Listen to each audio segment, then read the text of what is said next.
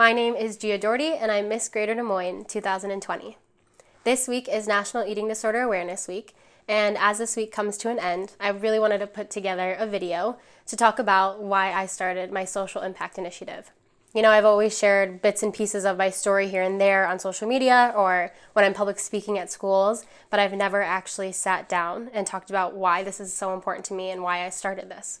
So I couldn't think of a better time to do that than ending National Eating Disorder Awareness Week. So you have some big news to share? Yes. So this year, as I've kind of developed my social impact initiative more, I've realized that Eat Better Not Less, the title of what has been for 2 years now, really hasn't encompassed what I'm doing. You know, I think when people heard Eat Better Not Less, it sounded like I was focusing on nutrition or, in a sense, diet culture. No one actually knew that I was advocating for eating disorder awareness. And so now this year, 2020, new year, I wanted to change that. And so my new social impact initiative name is actually NEDA, like the National Eating Disorder Association, but it stands for Nurture, Educate, Destigmatize, and Advocate. And so those are the 4 pillars that I've worked with for years now, but I feel like now it's actually encompassed in the name of what I'm doing. And I actually feel like I'm genuinely, representing not only myself and what I've been through, but genuinely representing how I want to help people. What made you choose this as your social impact initiative? A lot of people know that it derived from personal experience. You know, like I said, I've always shared bits and pieces of my story on social media, but I've never actually talked about what it was like and what I've been through. And this year I've worked towards more being the liaison between someone who's seeking treatment and them, actually receiving that treatment. And the first question they always asked me was, what was treatment actually like? Was it scary? How did you start? And I realized that maybe that's something that I should actually share because it is a scary process. And so I look back, 5.5 years ago, actually more like 7 years ago now. It was the end of my freshman year, and it was May. And I could vividly put myself into where I was. And my mom and I were at a Panera Bread in Libertyville, Illinois. And we were going to a foot doctor appointment. We were getting lunch before. And little did we know, I was having all this foot pain. I was a dancer, and so my ankles were hurting really bad and my feet were hurting. And we just thought it was because I had started dancing again. But what we learned later was because I had early onset osteoporosis from an eating disorder that had just started. And I had no idea. And so I remember being at Panera and talking to my mom and telling her that I was really scared because I couldn't stop thinking about food. Before I was eating, I was preparing myself mentally for what I was about to eat and then how I was going to burn off the calories. While I was eating, I was anxious about what I was eating and focusing on, what I was going to do after, how many miles I was going to run when I was done eating. And once I was done eating, I was just really anxious that I just ate all that food, even though in the grand scheme of things, it's all to nurture my body, and it was never a large amount of food. After I told my mom that, the first thing that she told me was, we're going to get through this, and you're gonna be okay. Don't be scared. And I always look back at that moment, and I don't ever think that my mom, didn't want to help me or was in denial, because anyone that knows my mom knows that she is the most caring and attentive parent on this whole planet. But I genuinely think that both her and I had no idea what I was going through. No one had educated her when she was in high school or when she was a kid about what eating disorders were, and same for myself. I thought I was just really good at dieting, and that's not what it was at all. I was suffering from, a really bad illness that I was trying to get help. And so we fast forward 3 months into August, and I was getting a physical because I wanted to start running cross country. Because ironically enough, I had developed, this kind of unhealthy relationship with running in the summer, and I wanted to join the cross-country team. And that doctor, my primary, had just saw me in May for a checkup. And I went from being around 120 pounds, 130 pounds, I don't remember, but I remember the exact weight that I weighed at that appointment in August. And I was 99 pounds. And I knew when I went there that someone was going to try to tell me that I needed help, and I wanted that help. No one ever talks about the serious side of what can happen with an eating disorder, and I think some people don't want to talk about it because it can seem really scary, or you're not supposed to talk about that side of things. But with this, I wanted to do that because I want people to know the importance of what not eating could do to you, and why the importance of taking care of your body, is just so vital. I was 15 and I was losing my hair, and I had no idea why, but it's because I wasn't fueling my body. My bones and my body hurt all the time, and I had no idea why. And I was freezing cold, and it was 85 degrees out in the summer. But, all those things at 15, I had no idea why those things were happening to me. I just thought because I wasn't eating food, I just wasn't fueling my stomach. So my stomach wasn't going to get smaller. My stomach was going to get smaller.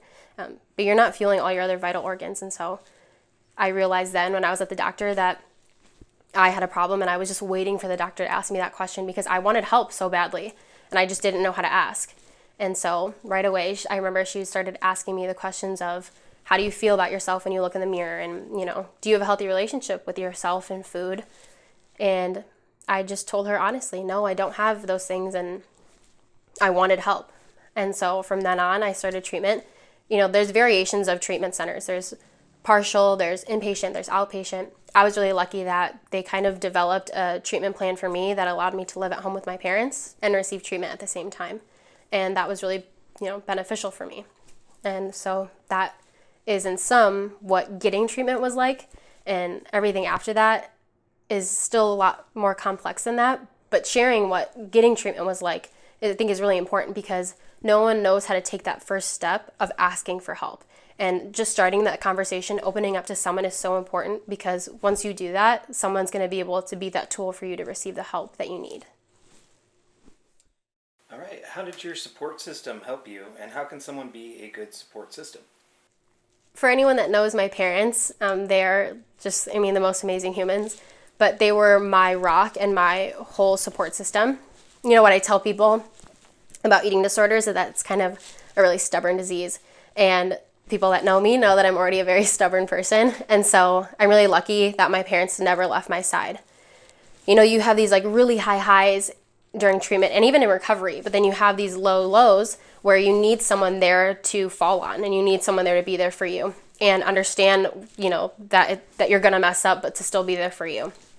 I had those epiphany moments that I was going to get through it and that I was going to make it to recovery and that I was going to overcome it. But I had days where I didn't want to leave my room at all, and that, I can distinctly remember my junior year, I had just made the Palms team and we had a pool party, and I didn't want to go because I didn't want to be in a swimsuit in front of other people. And my parents stayed in my room with me for 4 hours while I just laid there and cried because I didn't want to put on a swimsuit. And they never left my side. And they gave me the courage to go to that party, which was the funnest pool party ever. It's how I made all my friends that I still have now to this day, and how I, bonded my love for being a part of dance in high school.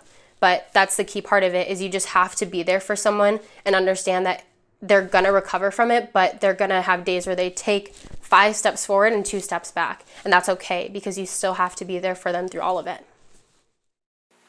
If you could go back and tell your younger self something, what would it be? I would give her a hug just to begin with, because I look back at all those pictures, and I think people do it now, the highlight reel of social media, but I was struggling so much and no one ever knew. And I would just tell her that it's okay to be different. I wish someone would have told me that, we all change, and that as you grow up, your body's going to change a lot differently than everyone else's. And I just, never really realized that. And I just would go back and tell her, which is what I tell all the kids that I speak to now, is to not conform to what the societal pressures are. There's these high, unrealistic, not obtainable goals that are set up in society that I kind of put myself to, as a dancer and a cross-country runner. I think that's kind of where it started for me, that I wanted to be this perfect dancer, and I wanted to look a certain way, and I wanted to run a certain way. But I tell my students, and this is the advice that I still take now, that you get one thing in this life that's guaranteed that it's yours, and it's your body. And so you have to be kind to it, and you have to take care of it. And that is, really impactful for a lot of the students that I go speak to, because they're like, wow, no way, that is the one thing that I get. But it is really true. So I would go back and tell her that she just has to be kind to herself, because this is the one thing that she gets in life that's hers. And what has recovery been like for you? That's kind of the key question, the big thing about why I wanted to make this video and why I've been trying to make it for so long. What I want people to know about recovery is that, it's not linear. It's not like an illness that you have and you go to the doctor and they give you a medication and then you're cured. You recover from it and you take those tools that you learned from treatment, but you still live with traces of that illness as you continue on in life. And so I think the hard part for me, being an advocate and being, a representative in a sense for NEDA, I felt like I couldn't admit to the fact that I lived with a trace of that illness still. And that's what I want to move towards now this year, is being honest and open about what that recovery aspect is like, and that it's okay to still live with that trace of that illness. I think when I've previously talked about treatment and why I started, what was Eat Better Not Less, now it's NEDA, is I always said, I'm 5 years recovered, and I was in treatment for 2.5 years, and now I've been on the path of recovery. And I just say that I recovered, and I never talked about what recovery has been like for me. And in a sense, I think I've kind of played this part of that it's been really easy. I feel like, and I think a lot of women in this organization can attest to the fact that you kind of feel like you're somewhat of a public figure. And so I felt like I had to be a certain way and act a certain way all the time. And I felt like if I even showed that I struggled in the slightest, that I wasn't good at what I was doing. And no one was going to believe me if they thought I was still struggling. And so I kind of put out this highlight reel on my social media all the time, that I 100% love what I see all the time, and that I formed this completely healthy relationship with myself and food, and that I'm 100% recovered. But, that's not the truth. And I think it's okay that it's not the truth, that it's something that I haven't been able to accept for a really long time. And for Eating Disorder Awareness Week now, the NEDA Week motto is hindsight is 2020. And I think that's so fitting, because I took a step back and I realized hindsight is 2020, that just because I still struggle doesn't make me any less of an advocate. But I always feared that if people thought that I was still struggling, that they wouldn't believe me, and that, they wouldn't take me as seriously, because why should anyone listen to someone who isn't 100% recovered? And, that's not true.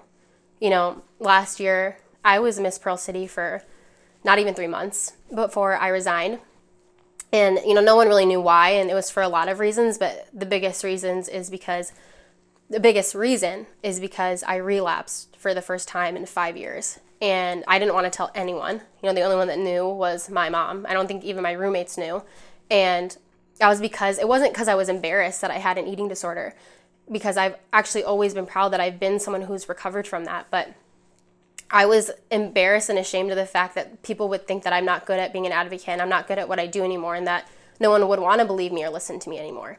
But I wanted to take a step back, because I didn't feel right going to schools anymore and telling these children that they need to love themselves and develop a healthy relationship with themselves and food, when I didn't even believe it myself. So I couldn't expect these kids to believe what I'm saying if I don't even believe it.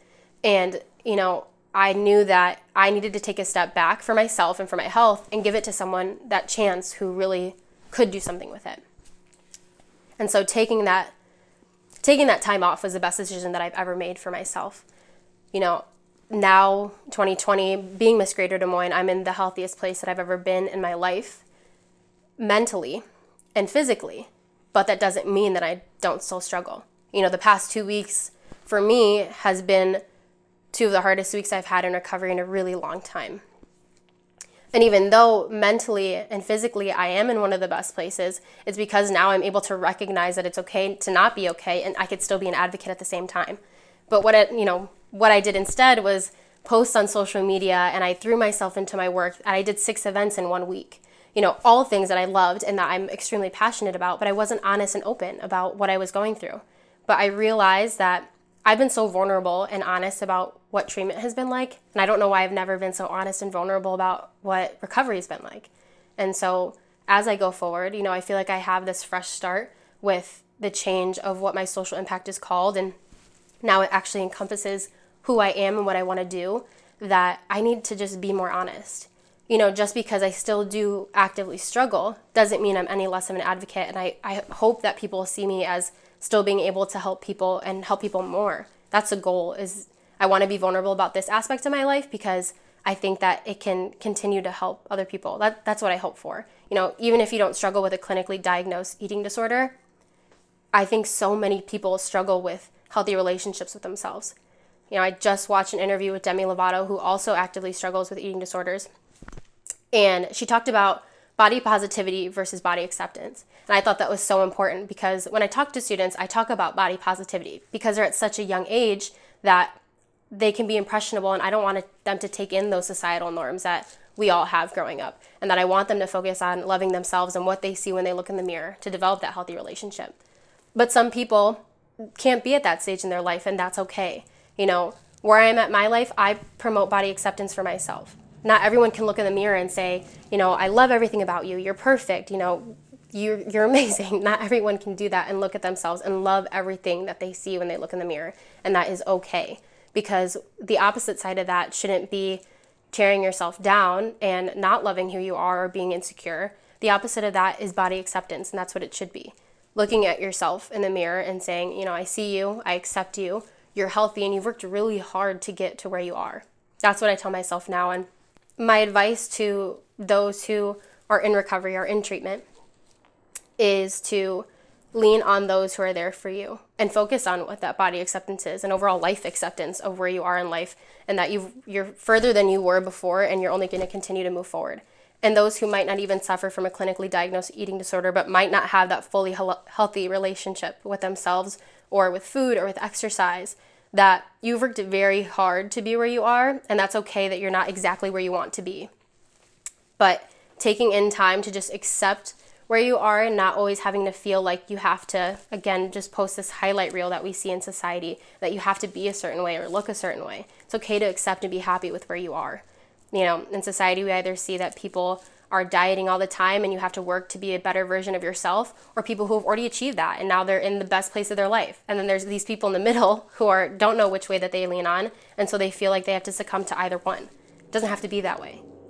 And that's why I think that this week is really important, because I found that within myself in National Eating Disorder Awareness Week, that hindsight is 20/20.